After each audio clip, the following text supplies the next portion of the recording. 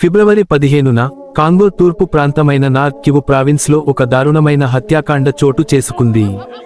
Islamic స్టేట్తో అనుబంధం ఉన్న Islamic militant group అయిన ఆలైడ్ డెమోక్రటిక్ ఫోర్సెస్ ADF నిర్వహించిన దాడిలో ఒక ప్రొటెస్టెంట్ హాలంతా చపై జరిపిన దాడిలో 70 మంది సాధారణ పౌరులు, ప్రధానంగా మహిళలు, చిన్నపిల్లలు మరియు వృద్ధులు నిర్మమంగా నరికి చంపబడ్డారు.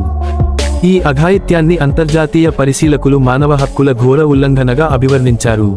ఈ ఘటన కాంగోలో పలు సంవత్సరాలుగా కొనసాగుతున్న మరియు ప్రాముఖ్యంగా ఊహించనంతవరకు విస్మరించబడుతున్న సంక్షోభంలో భాగం. ఇస్లామిక్ మిలిటెంట్ గుంపులు క్రైస్తవ సముదాయాలపై పదే పదే దాడులు చేస్తూ ప్రజల్లో విస్తృత స్థాయిలో భయం, వ్యతిరేకత మరియు వలసలు కలిగిస్తున్నాయి. కొన్ని క్యాథలిక్ వర్గాలు ఈ నిరంతర హింసను నిశ్శబ్ద జెనోసైడ్ గా పేర్కొంటూ 1994 ర్వాండా మారణహోమానికి పోలికలతో హెచ్చరికలు వెలిబుచ్చాయి. ప్రత్యేకంగా ఈ ఘటనలపై అంతర్జాతీయ స్పందన లేకపోవడం దృష్టిలో ఉంచుకుంటే.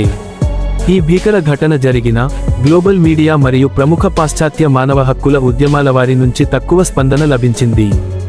ముఖ్యంగా పాలస్తీనా హక్కుల కోసం గళం విప్పే మరియు ఇస్రాయెల్ను ఖండించే వర్గాల మౌనానికి ఇది తేలిన ఉదాహరణగా నిలుస్తోంది.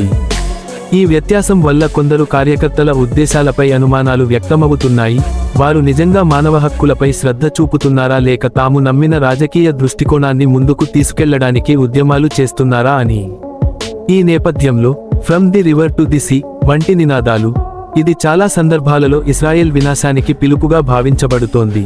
కేవలం పాలస్తీనా హక్కులకు మద్దతుగా కాకుండా కొంతమంది వాదన ప్రకారం ఇది యూదులపై ద్వేషాన్ని ప్రేరేపించగలదని విమర్శలు ఉన్నాయి. ఇస్లామిక్ ఉగ్రవాదుల చేతిలో క్రైస్తవులపై జరిగే హింసకు సంబంధించి ఉన్న మౌనం ప్రపంచ మానవ హక్కుల ఉద్యమాల్లోని ఓ ప్రమాదకరమైన ద్వంద్వచరణాన్ని బహిర్గతం చేస్తోంది. ఇది ఒక తీవ్రమైన ప్రశ్నను ఎదురునిస్తుంది.